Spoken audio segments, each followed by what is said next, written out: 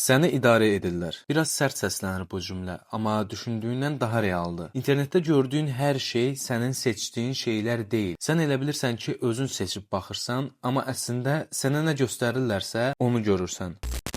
Məsələn, bir gün gecə oturub YouTube-da müharibə ilə bağlı videoya baxdın. Sadəcə maraqlı gəlmişdi. Birinci video, 2, 3, 4, sabah qarşına yenə eyni mövzular çıxır. Və sən yavaş-yavaş düşünürsən ki, dünya çox pis yerə gedir. Amma burada maraqlı bir detal var. Bəlkə də sən sadəcə o tərəfi görürsən. Yəni, sənə göstərilən tərəfi. Platformalar səni çox yaxşı tanıyır.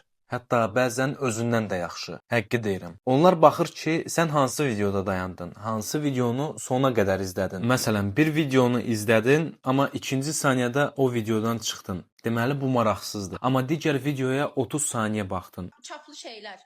Saçım partladı, suda pisinə düşdü.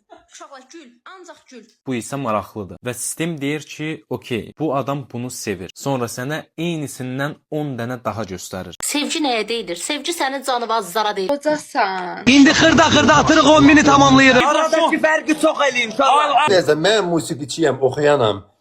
Yəni bu qədər sadə. Burada isə yavaş-yavaş problem başlayır. Çünki sən artıq seçim etmirsən. Seçim sənin yerinə edilir. Sən sadəcə sənin qarşına çıxan videoları izləyirsən. Amma sistem qərar verir ki, sən nə görəcəksən. Platformaların bir məqsədi var. Səni orada maksimum saxlamaq. Çünki sən nə qədər çox qalsan, daha çox reklam görəcəksən və onlar daha çox pul qazanacaqlar. Bunun üçün nə edirlər? Səni emosional tutan şeyləri göstərirlər. Çünki sən belə şeylərdə daha çox qalırsan. Ən təhlükəli tərəf isə odur ki, sən bunu hiss etmirsən. Sən elə bilirsən ki, bu mənim fikrimdir. Amma o fikir yavaş-yavaş ya formalaşdırılır, ya da yönləndirilir. İnsan düşünür ki, seçim edir. Amma əslində seçim belə olur. Qarşına 10 şey çıxır, sən onlardan birini seçirsən. Amma məsələ sənin seçimin deyil. Əsas məsələ o 10 şeyi sənə seçim olaraq kim verib. Bütün sistem isə çox sadə bir prinsip üzərində qurulub. Daha çox göstər, daha çox saxla. Amma bunu elə ağıllı edirlər ki, sən sıxılmırsan. Telefonu götürürsən, deyirsən ki, 5 dəqiqə baxım. Sonra birdən baxırsan ki, 1 saat keçib və sən nə izlədiyini tam xatırlamırsan. Bu təsadüf deyil, bu dizayndır. Platformalar elə qurulub ki, sən artıq çıxmaq istəmirsən. Bu sistem pisdir yoxsa yaxşı?